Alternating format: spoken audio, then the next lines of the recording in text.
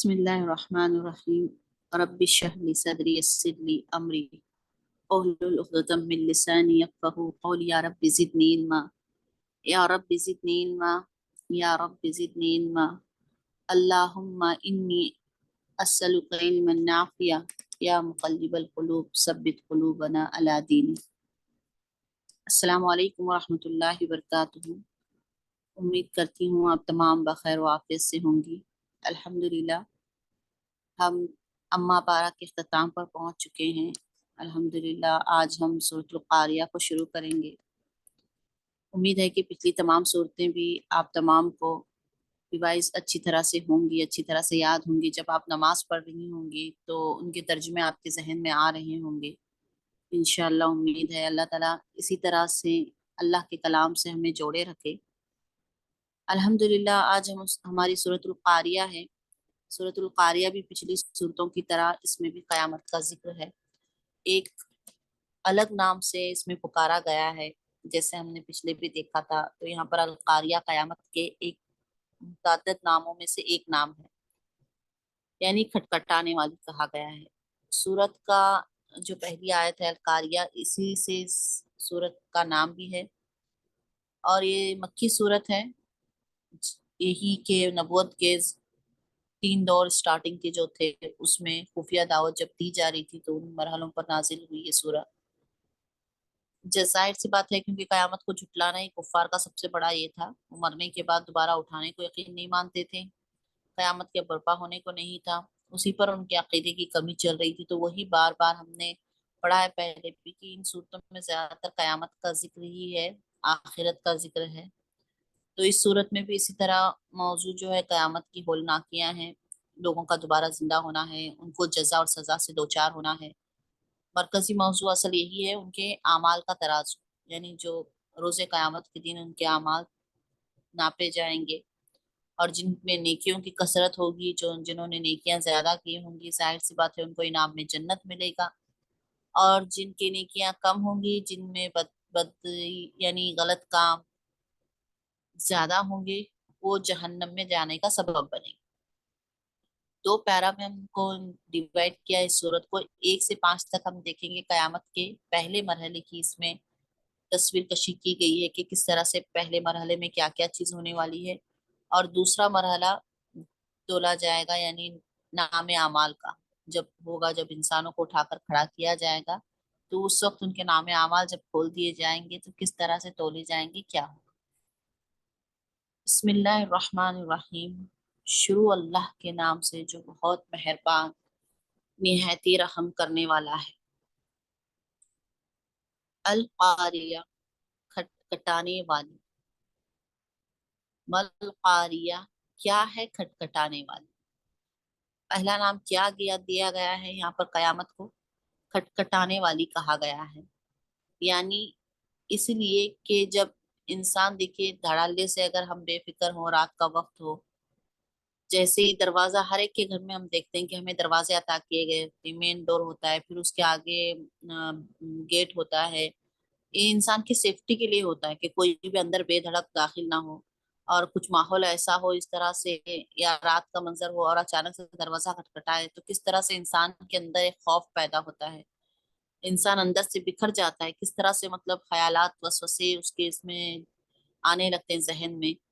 یعنی یہاں پر اسی طرح سے کہا گیا ہے کہ یہ ہولناکیوں کے ساتھ داخل ہوگی قیامت، ایسے کھٹکھٹائے گی جیسے دروازہ کھٹکھٹاتے، اتنی ہولناکیاں ہوں گی، اس کا منظر اس طرح سے ہوگا، اندھا دھن جو ہے، ہوائیں، گرد گبر، پتنگ چڑھنے، جو پرند ہوتے ہیں چھوٹے چھوٹے جو پروانے وغیرہ، وہ اس طرح سے چڑھنے لگیں گے، کھلیں گی، سارے دروازے کھولتے جائیں گے، زمین کھول دی جائے گی، آسمان پر جائیں گی۔ اس سے پہلے ہم نے پڑھا ہے 12 مرتبہ، پچھلی ہم نے صورتوں میں دیکھا ہے کہ کس طرح، اس سے پہلی صورت میں ہم نے سورہ زلزال میں دیکھا کہ کس طرح سے زمین شدت کے ساتھ پھٹ دی جائے گی۔ یہاں پر اب کھٹکھٹانے والی اسی قیامت کو، اسی کے نقشے کو پیش کیا جا رہا ہے کہ بڑے بڑے مضبوط جو پہاڑ ہمیں دکھتے ہیں، یہ پہاڑ، یہ ساری چیزیں مطلب ریزہ ریزہ ہو جانا، زمین کا پھٹ جانا، زمین اپنے اندر کے نکال کو بوجھ کو باہر پھینکنا، ہواؤں کا چلنا، آسمانوں کا بادل، دروازے ہو جانا، یعنی ساری ہولناکیوں کو اس میں ذکر کیا گیا ہے۔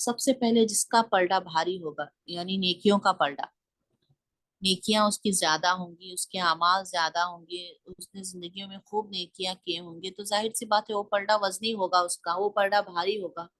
اس نے لوگوں کو دنیا میں رہتے ہوئے اللہ کے احکام کے مطابق اپنی زندگی گزاری ہوگی، رسول اللہ صلی اللہ علیہ وسلم کی سنتوں کے مطابق اپنی زندگی گزاری ہوگی، تو یہ ساری چیزیں اس کے پلڑے کو بھاری کر دیں گے۔ اس نے حقوق العباد کیا ہوگا، لوگوں کا حق ادا کیا ہوگا، اللہ کا حق ادا کیا ہوگا، ہر چیز وہ کی ہوگی جو اللہ کو پسند ہوگی، تو اس کے لیے اللہ تعالیٰ انعام میں کیا دیں گے؟ فَهُوَ فِي عِيشَةٍ رَاضِيَةٍ، تو وہ پسندیدہ زندگی میں ہوگا۔ سبحان اللہ۔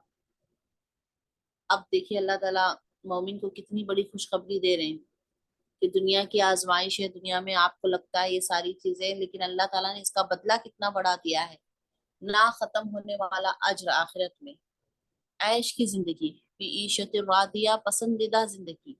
اور اسی کے برعکس وہ اما اور لیکن من جو شخفت ہلکا ہوگا یا ہلکی ہوگی، موازنہ اس کی ترازو، و امہ تو اس کا ٹھکانہ، حاویہ، بڑا حاویہ کہتے ہیں بڑا آگ کا کنارہ یا گھڑا، یہ جہنم کی بھڑکتی ہوئی آگ، تو اس کا ٹھکانہ ہوگا حاویہ میں۔